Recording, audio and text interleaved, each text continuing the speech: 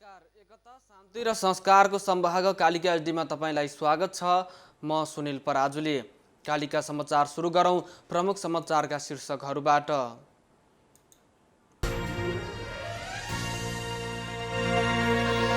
कालिका समाचारको साथमा Vijay steel, want to rule, Vijay cement, तपाईको सपनाको मजबुत निर्माण। यस यामाहा।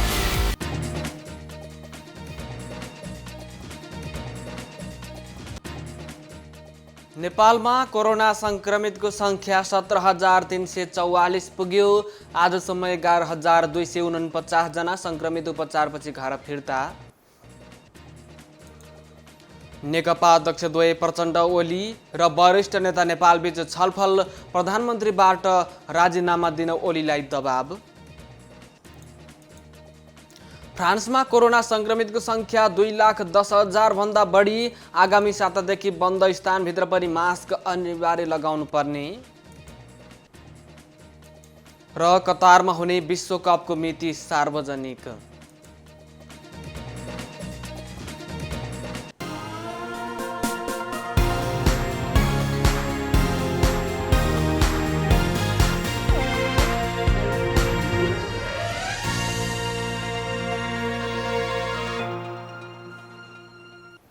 कालिका समाचार सुरु गरौं राष्ट्रिय समाचारबाट। बिहिबार नेपालमा कोरोना भाइरस कोभिड-19 का 167 जना नयाँ संक्रमित थपिएका छन्। स्वास्थ्य तथा जनसङ्ख्या मन्त्रालयका अनुसार बिहिबार 167 जना नयाँ संक्रमित थपिँदा 213 जना डिस्चार्ज भएका छन्। बिहिबारसम्म नेपालमा कुल कोरोना संक्रमितको संख्या 17,344 पुगेको छ। बिहिबारसम्म 11,249 जना संक्रमित उपचारपछि निको भएर घर फर्किएका छन्।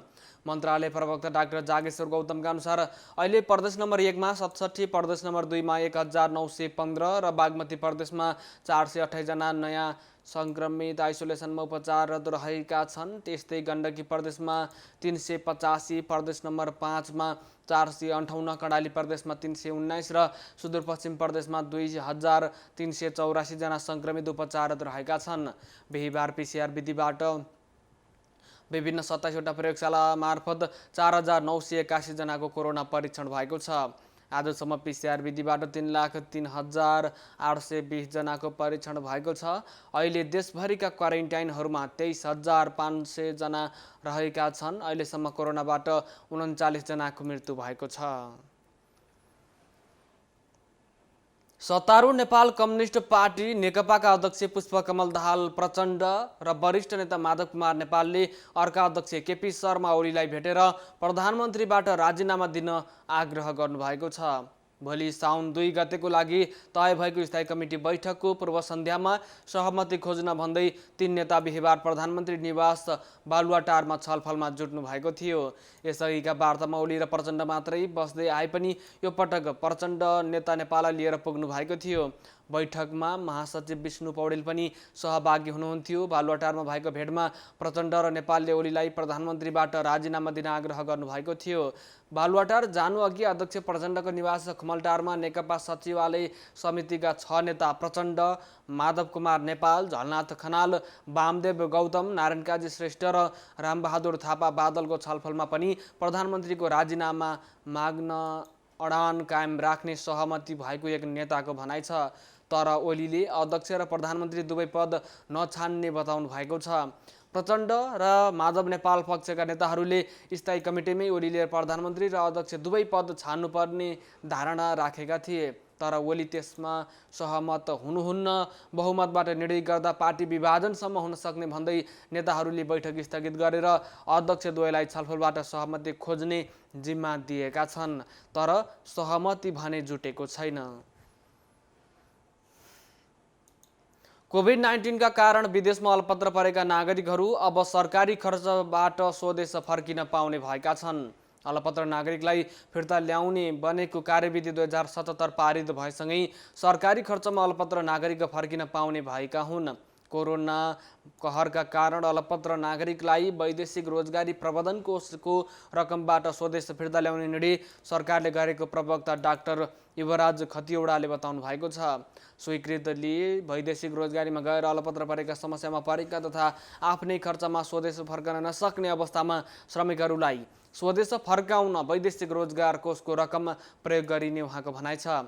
यस्तै सरकारले नेपालमा लगानी गरेका लगानीकर्ता र उनको परिवारमा पनि नेपालमा शाखा खोलेर कारोबार गरेका बहुराष्ट्रिय कम्पनीका व्यवस्थापक र कर्मचारीलाई नेपाल आउन दिने निर्णय पनि गरेको छ। अन्तर्राष्ट्रिय गैर सरकारी संस्थानका पदाधिकारी र कर्मचारी उद्योगका मेसिन मर्मतको लागि चाहिने अति आवश्यक विदेशी प्राविधिकहरूलाई सम्बन्धित मन्त्रालयको सिफारिसमा स्वास्थ्य मापदण्ड पालना गरी नेपाल आउन दिने निर्णय सरकारले गरेको हो। सञ्चार तथा सूचना प्रविधि मन्त्रालयको जिम्मेवारीमा समेत रहनुभएका अर्थमन्त्री डाक्टर खतिवडाले सञ्चार माध्यमको नवीकरण शुल्कमा छुट दिने निर्णय पनि भएको बताउनु भएको छ। कोभिड-19 का कारण समस्यामा परेका सञ्चार माध्यमहरूलाई सहुलियत दिन सरकारले यस्तो निर्णय गरेको उहाँको भनाइ छ। राष्ट्रिय प्रसारण नियमावली 2077, रेडियो सञ्चार नियमावली 2077 र चलचित्र नियमावली 2077 संशोधन गरी सञ्चार माध्यमलाई लिइने नवीकरण शुल्क छुट दिने निर्णय सरकारले गरेको छ। नेपाली काङ्ग्रेसले कर्जाको पुनर्संरचना, कर्जा भुक्तानीको अवधि पुनर्तालिकीकरण र ब्याजको पुँजीकरण गरेर कर्जा व्यवस्थापनमा लचकता अपनाउने गरी मौद्रिक नीति ल्याउन सरकारलाई सुझाव दिएको छ। कोभिड-19बाट पर्यटन, यातायात, निर्माण, निर्यातजन्य उद्योग, लघु तथा साना व्यवसाय, स्वास्थ्य र शिक्षा जस्ता क्षेत्रमा ठूलो क्षति भएकोले ती क्षेत्रहरूलाई आर्थिक राहत दिने गरी नीति ल्याउन सरकारलाई सुझाव दिएको हो। लकडाउनको समयमा हुन सक्ने मूल्यवृद्धिको चाप कम गर्न, व्यवसायहरू सुचारू राख्न, न्यूनतम ब्याजमा सञ्चालन पुँजीको अधिकतम उपलब्धता गराउन पनि काङ्ग्रेसले सुझाव दिएको छ। लघुवित्त संस्थाहरूलाई सबल गरी शीघ्र व्यावसायिक तालिम प्रदान गर्न, रोजगारी प्रवर्धन गर्न, पुनर्कर्जा कोषको आकार कम्तीमा 2 खर्ब पुर्याएर वितरण प्रणालीमा पारदर्शिता अपनाउन पनि काङ्ग्रेसले सुझाव दिएको छ।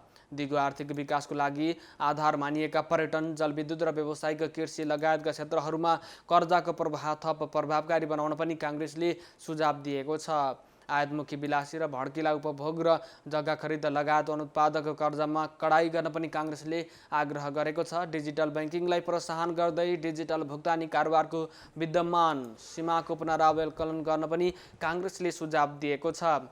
यस्तै बैंकहरू गाभ्न सजिलो हुने गरी कम्तीमा 2 वर्षसम्म मौजुदा नाफामा भारी छुट दिँदै बाध्यात्मक नभई स्वाभाविक उत्प्रेरणा दिने गरी नीति ल्याउन पनि काङ्ग्रेसले सुझाव दिएको छ। अर्थमन्त्री डाक्टर युवराज खतिवडाले सम्बन्धित आयोजना प्रमुखले समयमै शोध भर्ना नगर्ने प्रविधिले असार मसान्तमा खर्चको आकार बढी देखिएको बताउनु भएको छ। प्रतिनिधि सभाको अर्थ समितिको बिहिबारको बैठकमा बजेट कार्यान्वयनको सम्बन्धमा छलफल गर्न उपस्थित हुनुभएका अर्थमन्त्री खतिवडाले भुक्तानी दाबी ढिलो गरी आउने र आयोजनाको शोध भर्ना नगर्ने प्रविधिले आर्थिक वर्षको अन्त्यमा खर्च बढी देखिने गरेको बताउनु भएको छ। उहाँले भुक्तानी ढिलो हुनुको प्रमुख कारण आयोजना प्रमुखहरूले समयमा दाबी नगर्ने तथा शोध भर्ना नलिने नै रहेको दाबी पनि गर्नुभएको छ। उहाँले आर्थिक वर्षको अन्त्यमा मात्रै शोध भर्ना लिँदा असार मसान्तमा खर्च बढी देखिएको बताउनु भएको छ। उहाँले कतिपय व्यवस्थामा शोध भर्ना लिनको लागि मन्त्रालयले नै ताकेता गर्नु परेको जानकारी पनि गराउनु भएको छ। अर्थमन्त्री खतिवडाले राजस्व पनि असार मसान्तमा धेरै उठ्ने भएकोले त्यसको आधारमा भुक्तानी बढी हुँदा पनि असारमा खर्च धेरै देखिने गरेको बताउनु भएको छ। कठिनाइहरू हुने गरेका छन्। बजेट कार्यान्वयनको असर जनतामा परेको सम्बन्धमा भने गरिबी, रोजगारी, शिक्षा, स्वास्थ्य, सामाजिक सुरक्षा, पूर्वाधार निर्माण लगायतका परिसूचकको आधारमा हेर्नुपर्ने अर्थमन्त्री खतिवडाको भनाइ छ। उहाँले परिसूचकहरूमा मात्रै छलफल गर्न आफू तयार रहेको पनि बताउनु भएको छ। अर्थमन्त्री डाक्टर युवराज खतिवडाले करदाताहरूलाई सम्मानजनक व्यवहार गर्न आन्तरिक राजस्व विभागका कर्मचारीहरूलाई निर्देशन दिनुभएको छ। आन्तरिक राजस्व विभागले 20 लाख भन्दा कम कारोबार गर्ने र 2 लाखसम्मको आम्दानी गर्ने करदाताको लागि बिहिबारदेखि सुरु गरेको नयाँ कर प्रणालीको उद्घाटन गर्दै अर्थमन्त्री खतिवडाले करदाताहरूलाई सम्मानजनक व्यवहार गर्न निर्देशन दिनुभएको छ। उहाँले जबसम्म प्रविधि, कानुन र सुशासनको कारणले करदाता मैत्री वातावरण निर्माण गर्न सकिँदैन तबसम्म करदाताले अपमानित महसुस गर्ने भएकोले करदातालाई गरिने व्यवहारमा सुधार ल्याउन आग्रह पनि गर्नुभएको छ। उहाँले आजदेखि लागू भएको नयाँ कर प्रणालीमा करका अङ्क, ब्याज र जरिवाना सफ्टवेयरले नै गणना गर्ने भएकोले कर अधिकृतले स्वविवेकले करका अङ्कहरू गणना गर्ने अवस्थाको अन्त्य भएको पनि बताउनु भएको छ। यस्तै करको रकम यकिन भइसकेपछि पनि कर बुझाउन निकै लामो झन्झटिले प्रक्रियामा जानुपर्ने अवस्थाको पनि अन्त्य भएको अर्थमन्त्री खतिवडाले बताउनु भएको छ। नयाँ प्रणालीले करिब 5 लाख करदाता लाभान्वित हुने उहाँको भनाइ छ। यसबाट करदाताको सहभागिता बढाउन सहयोग पुग्ने विश्वास पुडासैनीले गर्नुभयो। आन्तरिक राजस्व विभागका महानिर्देशक विनोद बहादुर कुमारले आन्तरिक राजस्व विभागका सबै कारोबारहरूलाई प्रविधि मैत्री बनाउने ध्येयका साथ काम गरिएको बताउनु भएको छ। औषधि र औषधिजन्य वस्तुको आयातलाई प्रोत्साहन गर्ने गरी गरिएको निर्णय फिर्ता लिन माग गर्दै नेपाल औषधि उत्पादक सङ्घको आन्दोलन जारी रहेको छ। स्वदेशी उद्योगलाई मात्र भार पर्ने गरी कच्चा पदार्थको आयात सिफारिसमा असामान्य रूपमा 12 गुणा वृद्धि गरी विदेश आयातलाई प्रोत्साहन गर्न गरिएको निर्णय फिर्ता लिन माग व्यवसायीहरूको छ।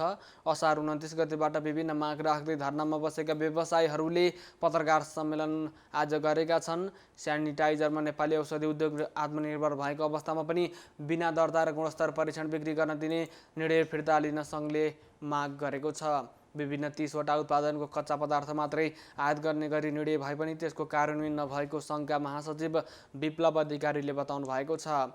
प्रविधिजन्य स्वास्थ्य सामग्री र उपकरण सम्बन्धी निर्देशिका 2074 अनुसार औषधि व्यवस्था विभागले नियमन गर्ने गरी निर्णय भए पनि मास्क, निसंक्रमक पिपी, भिटिएम लगायतका वस्तु नेपालमै उत्पादन हुन सक्ने भए पनि प्रोत्साहन नगरिएको उहाँको भनाइ छ। अन्य देशहरूले कठिन समयमा औषधि निकासी रोक्न सक्ने तर नेपाल सरकारले आत्मनिर्भर भइसकेको औषधिको आयात समेत रोक्न नसक्ने, नेपालमा सजिलै बन्न सक्ने र माग अनुसार आपूर्ति गर्न सकिने औषधिको विकासतर्फ सरकारले ध्यान नदिएको उहाँको भनाइ छ। सरकारले नीति विरुद्धको लडाईँ सित्तैमा रोक्न नहुने पनि उहाँले बताउनु भएको छ। एकता, शान्ति र संस्कारको संवाहक कालिका एचडीमा प्रसारित कालिका समाचारमा पालो भएको छ। विज्ञापनको तर त्यसभन्दा अगाडि प्रमुख समाचारका शीर्षकहरू।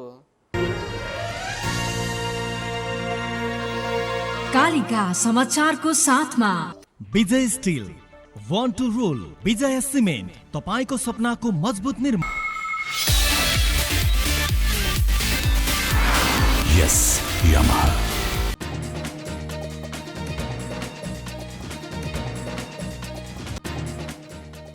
नेपालमा कोरोना संक्रमितको संख्या 17,344 पुग्यो। आजसम्म 11,249 जना संक्रमित उपचारपछि घर फिर्ता। नेकपा अध्यक्षद्वय प्रचण्ड ओली र वरिष्ठ नेता नेपालबीच छलफल, प्रधानमन्त्रीबाट राजीनामा दिन ओलीलाई दबाब। फ्रान्समा कोरोना संक्रमितको संख्या 2,10,000 भन्दा बढी। आगामी सातादेखि बन्द स्थानभित्र पनि मास्क लगाउनु पर्ने। र कतारमा हुने विश्वकपको मिति सार्वजनिक।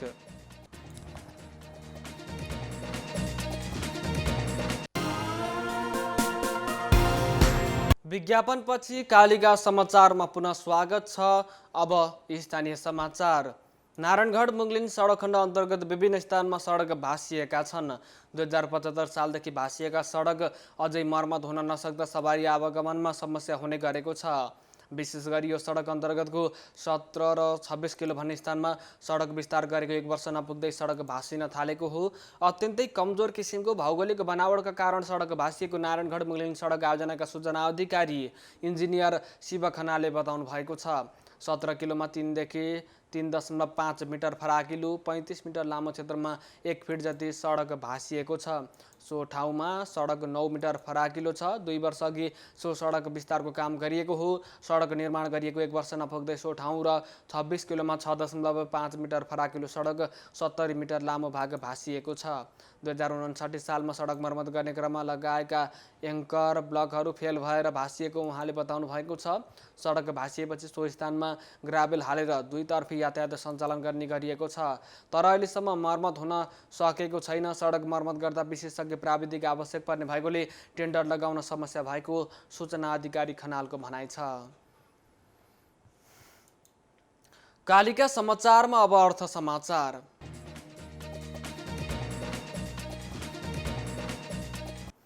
बैंक तथा वित्तीय संस्थाहरूले आफूखुसी कृत्रिम ऋणी खडा गरी कानुनको बर्खिलाप हुने गरी कर्जा दिने गरेको खुलासा भएको छ।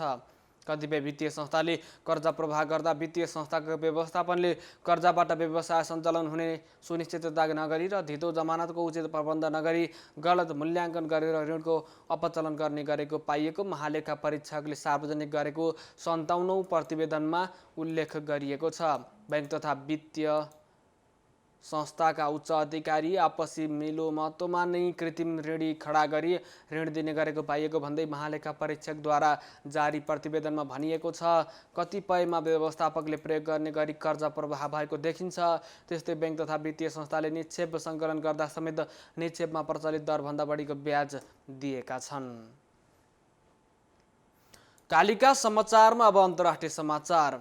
फ्रान्समा कोरोना भाइरसको संक्रमण नियन्त्रणको नियमनमा थप कडाई गरिएको छ। फ्रान्सका प्रधानमन्त्री जीन कास्टेक्सले आगामी सातादेखि घर वा कुनै बन्द स्थानभित्र पनि मास्क लगाउन अनिवार्य हुने बताउनु भएको छ। यसअघि राष्ट्रपति इमानुएल म्याक्रोले यो नियम अगस्त 1 देखि लागू हुने बताउनु भएको थियो। कास्टेक्सले यो नियमको लागि अगस्तसम्म कुर्दा ढिला हुने भन्दै आगामी सातादेखि नियम लागू हुने बताउनु भएको छ। अहिलेसम्म फ्रान्समा सार्वजनिक यातायातको प्रयोग गर्ने र भौतिक दूरीको पालना नहुने स्थानमा मात्र मास्क अनिवार्य गरिएको थियो। जोन्स हपकिन्स युनिभर्सिटीका अनुसार अहिलेसम्म फ्रान्समा 2,10,000 भन्दा धेरै कोरोना भाइरसका संक्रमित फेला परेका छन् भने 30,000 भन्दा धेरैको मृत्यु भइसकेको छ। कालिका समाचारमा अब खेल समाचार।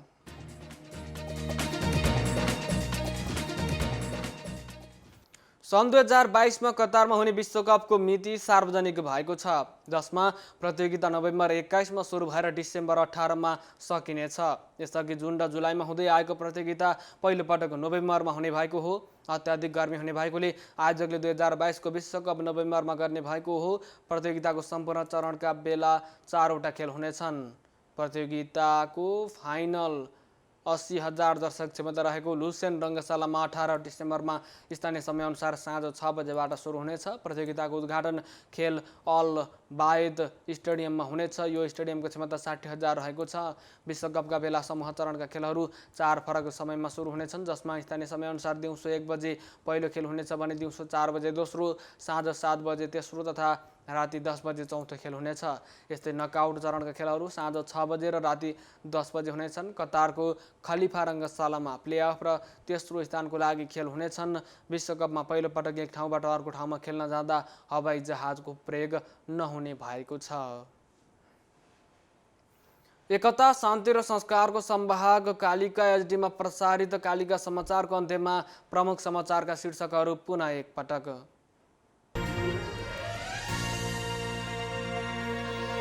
कालिका समाचारको साथमा Vijay still, one two role, विजय सिमेन्ट, तपाईको सपनाको मजबुत निर्माण।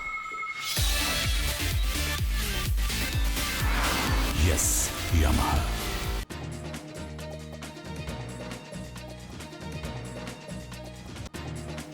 नेपालमा कोरोना संक्रमितको संख्या 17,344 पुग्यो। आजसम्म 11,249 जना संक्रमित उपचारपछि घर फिर्ता। नेकपा अध्यक्ष द्वय प्रचण्ड ओली र वरिष्ठ नेता नेपालबीच छलफल, प्रधानमन्त्रीबाट राजीनामा दिन ओलीलाई दबाब। फ्रान्समा कोरोना संक्रमितको संख्या 2,10,000 भन्दा बढी। आगामी सातादेखि बन्द स्थानभित्र पनि मास्क लगाउन अनिवार्य हुने र कतारमा हुने विश्वकपको मिति सार्वजनिक।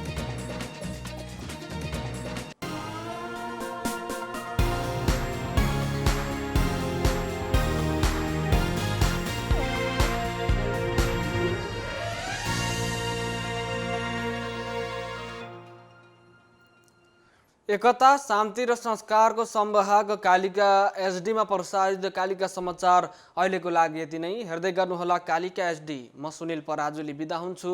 नमस्कार।